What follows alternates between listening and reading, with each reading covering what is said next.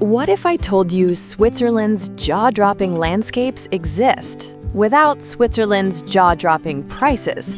Imagine soaring over dramatic Alpine peaks, crystal-clear turquoise rivers carving through deep valleys, and stone villages frozen in time, all for a fraction of the cost.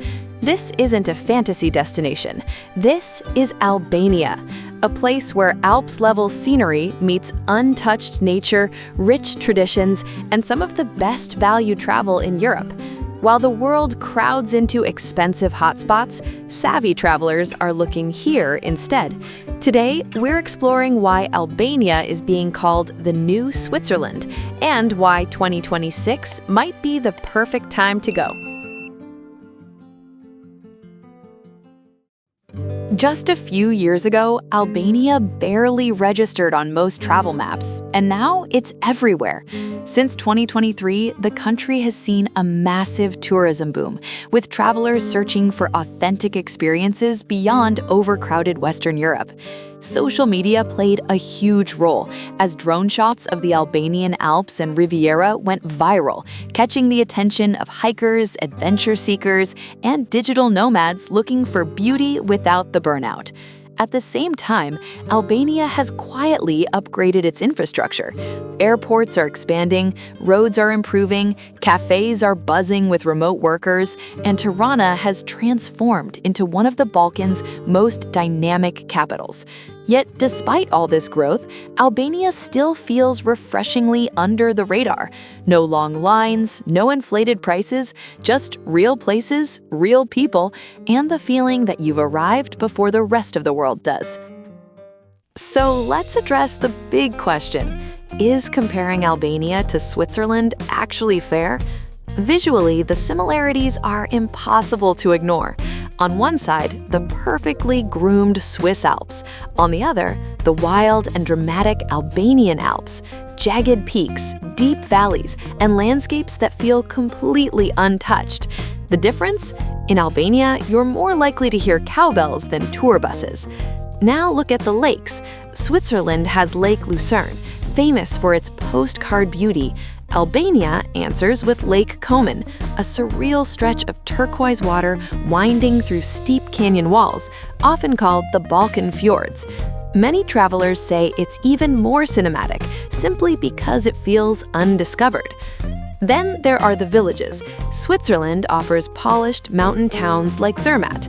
Albania offers Theth and Valbona, stone houses, wooden balconies, and a slower, more authentic rhythm of life. No luxury boutiques, no crowds, just mountains and tradition. So is the comparison fair? Visually, shockingly close. Economically, not even a contest. Albania delivers the scenery without the sticker shock. One of the biggest reasons Albania is earning comparisons to Switzerland isn't just the scenery, it's the price tag, or more accurately, the lack of one.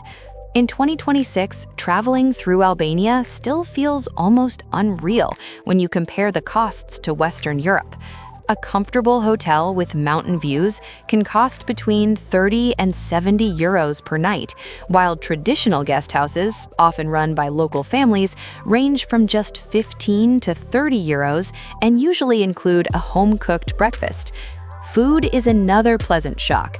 A full meal in a local restaurant typically costs 5 to 12 euros, and that often means fresh ingredients, generous portions, and recipes passed down for generations. Coffee culture is strong here too, and you'll rarely pay more than a couple of euros for a great espresso. Getting around is equally affordable. Budget-friendly buses connect cities and villages, while car rentals remain far cheaper than in Switzerland or Italy. You can explore Alpine roads, lakes, and national parks without constantly checking your bank balance. Now, put this side by side with Switzerland, where daily travel costs can easily exceed several hundred euros. The contrast is staggering. Same dramatic mountains, similar jaw-dropping views, but at a fraction of the price. Simply put, this is Switzerland for backpacker prices. Beyond the landscapes and low prices, what truly sets Albania apart is its people. Albanian hospitality isn't just a saying, it's a way of life. There's a local belief that guests are sacred, and you feel it immediately. Travelers are welcomed into homes, offered food without hesitation, and treated more like family than visitors. In mountain villages especially, a simple conversation can turn into an invitation to sit, eat, and stay a while. Food plays a huge role in that warmth. Traditional dishes like bajrek, filled with cheese, meat, or spinach, are everywhere and impossibly good. Tav kosi, Albania's famous baked lamb and yogurt dish, is comforting, rich, and unforgettable. Add to that locally made mountain cheeses, fresh bread, and seasonal ingredients, and every meal feels homemade, because often it is. Then there's the coffee culture. Cafes are packed from morning to night, serving strong espresso that rivals Italy's, and acting as social hubs where time slows down. Culturally, Albania is a fascinating blend of Ottoman history, Balkan traditions, and Mediterranean ease. That mix gives the country a rhythm all its own, familiar yet completely unique, and leaves travelers feeling deeply connected long after they leave. Albania's appeal doesn't stop in the mountains. At its heart is Tirana, a city that has completely reinvented itself. Once gray and closed off, it's now vibrant and creative, filled with colorful buildings, lively plazas, street art, and cafes buzzing late into the night. It's a capital with energy, personality, and a sense that something exciting is happening. Step outside the city and you're surrounded by history. Baraks and Gjirokastër, both UNESCO World Heritage towns, feel like open-air museums. White Ottoman houses cascade down hillsides. Cobblestone streets wind past ancient castles, and life moves at a slower, timeless pace. These places tell Albania's story better than any guidebook. Then head south, and the scenery changes again. The Albanian Riviera reveals crystal-clear waters, hidden coves, and dramatic coastal roads. Places like Ksamil and Thermi offer turquoise seas and sun-soaked beaches that rival Greece or southern Italy, without the crowds or prices. This is what makes Albania so unique. In one trip, you can explore Alpine landscapes, historic cities, and Mediterranean beaches. Simply put, you get Switzerland-level mountains and Mediterranean beaches, all in one remarkable country. To be fair, Albania isn't perfect, and that's an important part of the story. If you're expecting polished luxury resorts, five-star alpine spas, or flawless logistics, you won't always find them here. High-end infrastructure is still limited, especially in the mountains, and while Albania has serious winter potential, ski resorts are few and underdeveloped for now. Public transportation can also test your patience. Buses don't always run on strict schedules, and journeys can take longer than expected. In more remote villages, English isn't widely spoken, which can make communication a challenge at times. But here's the twist. Those very imperfections are what make Albania special. The lack of mass tourism keeps landscapes wild, villages authentic, and experiences personal. You're not moving through a theme park version of Europe. You're discovering a place that still feels real. That's exactly why Albania still feels untouched, and why many travelers end up loving it even more because of it. So the big question remains, is Albania the Switzerland of the future? All signs suggest it's heading in that direction, but on its own terms. Ecotourism is already growing fast, with more travelers choosing guest houses, hiking routes, and nature-based experiences that protect the landscape rather than overwhelm it. Albania's mountains, rivers, and national parks are perfectly positioned for sustainable travel if growth is managed wisely. At the same time, prices won't stay this low forever. As infrastructure improves and international attention increases, costs are expected to rise steadily toward 2030.